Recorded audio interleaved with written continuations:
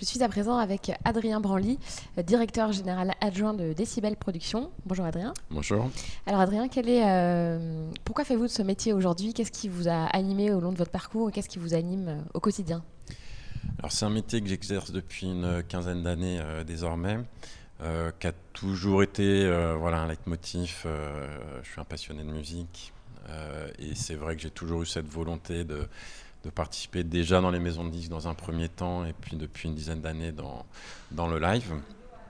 Et ce qui me motive, je pense qu'on est un peu tous animés par la même chose, c'est vraiment la volonté de divertir et d'apporter du bonheur aux gens. C'est peut-être un peu prétentieux de le présenter comme ça, mais c'est très satisfaisant d'avoir le sentiment d'avoir une utilité sociale. Et on a une boîte Décibel Productions qui a une activité assez diversifiée en termes musicaux. On a aussi beaucoup de musique populaire, comme des artistes comme Soprano, Christophe Maé. Et c'est vrai qu'on a l'impression d'offrir aux gens une espèce de bulle qui leur permet pendant 2 heures de sortir de leur quotidien et d'en sortir généralement, quand on a bien bossé, l'artiste aussi, puisque c'est surtout lui, d'en sortir avec le sourire. Et c'est vrai que c'est souvent des projets qui sont longs à monter, c'est 1 an et demi de boulot en amont. Mais quand on se retrouve le soir sur scène, pas sur scène, mais dans le public, avec l'artiste sur scène, et qu'on voit effectivement la réaction du public, souvent c'est familial, donc les enfants. Sur un artiste comme Soprano, c'est 3 générations généralement qui se réunissent avec les enfants, les parents, les grands-parents. Il y a quelque chose de très satisfaisant et qui permet de se lever le matin en se disant qu'on fait quelque chose qui est utile, outre le fait que ce soit passionnant au quotidien, parce que on est en lien avec l'artistique, avec la création. Et c'est effectivement passionnant au quotidien, donc je suis très heureux de faire ce métier-là et j'espère pouvoir le continuer. Et est-ce que c'est prendre des risques au quotidien beaucoup?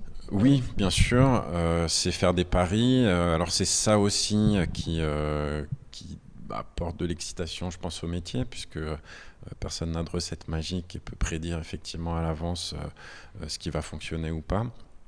Il y a souvent des surprises, des fois dans le bon sens, des fois dans un sens plus déceptif, mais bien sûr la prise de risque, c'est à mon sens d'ailleurs la définition du métier de producteur, c'est prendre un risque, faire des paris, prendre un risque financier.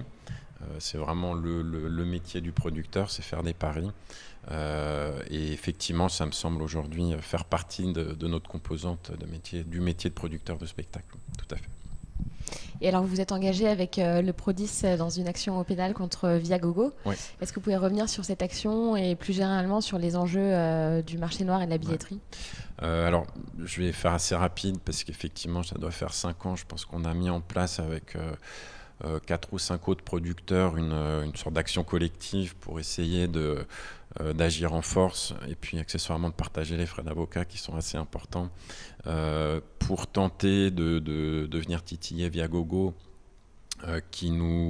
Alors Viagogo, c'est un peu particulier parce qu'il ne nous empêche pas d'exister au quotidien. On continue de vendre des billets de spectacle et on continue effectivement de faire notre métier.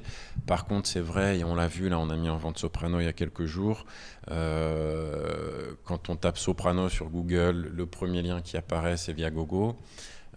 Et dans la journée de la mise en vente, c'est une des plus grosses mises en vente de l'année, sur les réseaux sociaux de l'artiste, il y avait plein de gens qui venaient se plaindre des prix des billets qui étaient beaucoup trop importants.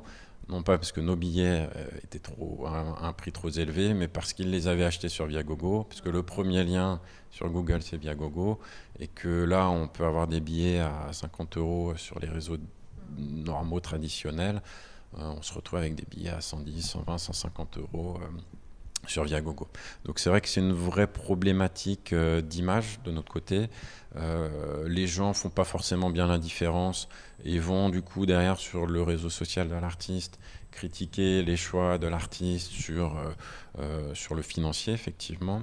C'est des problématiques, on l'a eu en un spectacle pour enfants qui s'appelle Peppa Pig, où on avait des places à 25 € au Casino de Paris et on avait des gens qui se présentaient qui avaient acheté 75 € leur place pour un billet pour enfants, pour un spectacle pour enfants qui était mal placé, ou parfois qui n'avaient même pas de place en fait, qui avaient acheté des places qui n'existaient pas.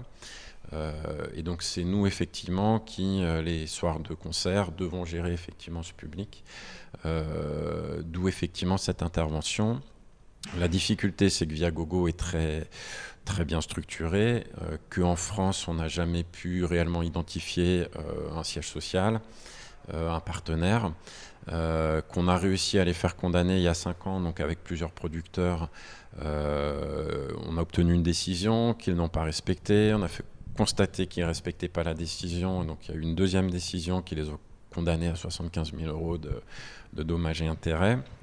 Sauf que Viagogo est aux États-Unis, dans le Delaware, qui est un paradis fiscal aux États-Unis, que quand on a voulu aller chercher les sous sur place, c'était une boîte postale, qu'il n'y avait personne, qu'ils ont contesté la décision française, et que si on voulait effectivement mener l'action jusqu'au bout, c'était à nouveau 75 000 ou 100 000 € à dépenser pour faire reconnaître la décision aux États-Unis et pour engager des détectives privés sur place pour essayer d'identifier où étaient les sous chez Viagogo.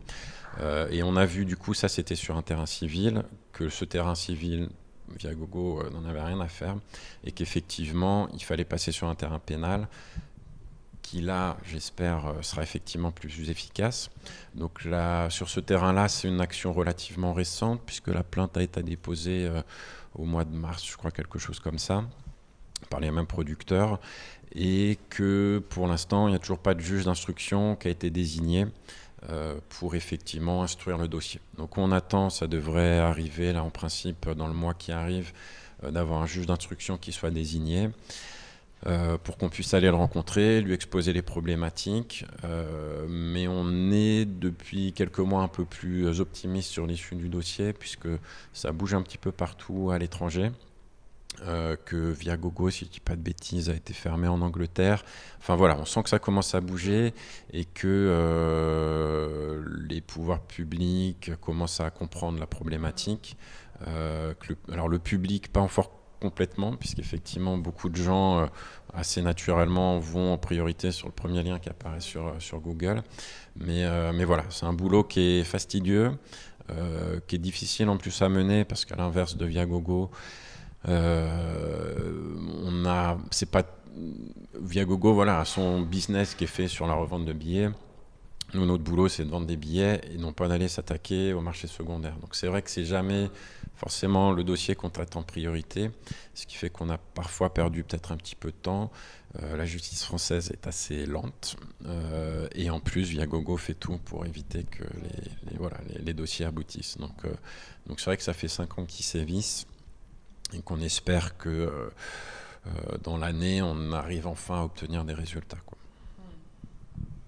Et donc, est-ce que d'autres choses seraient envisagées pour lutter contre ce marché noir, au-delà même de Viagogo, des campagnes de sensibilisation? Oui, tout à fait. Alors, le Prodis, là-dessus, a été très actif, a effectivement mené pas mal de campagnes de sensibilisation.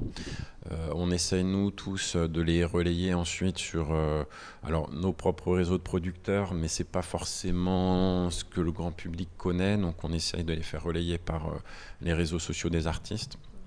Typiquement, là, j'en reparlerai à nouveau parce que c'était la semaine dernière, mais Soprano a communiqué à nouveau pour dire attention, n'allez pas sur des sites qui ne sont pas référencés, qui ne sont pas autorisés par les producteurs de spectacles. Donc effectivement, il y a une vraie communication à avoir et le Prodis a été très efficace sur toute cette partie-là, quoi. Donc non, c'est effectivement le deuxième relais.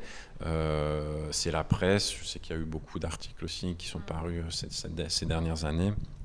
Donc c'est sensibiliser le public et je pense, on en parlait tout à l'heure aussi, chercher à proposer des solutions puisque je pense que s'il y a un marché, c'est qu'il y a aussi une demande.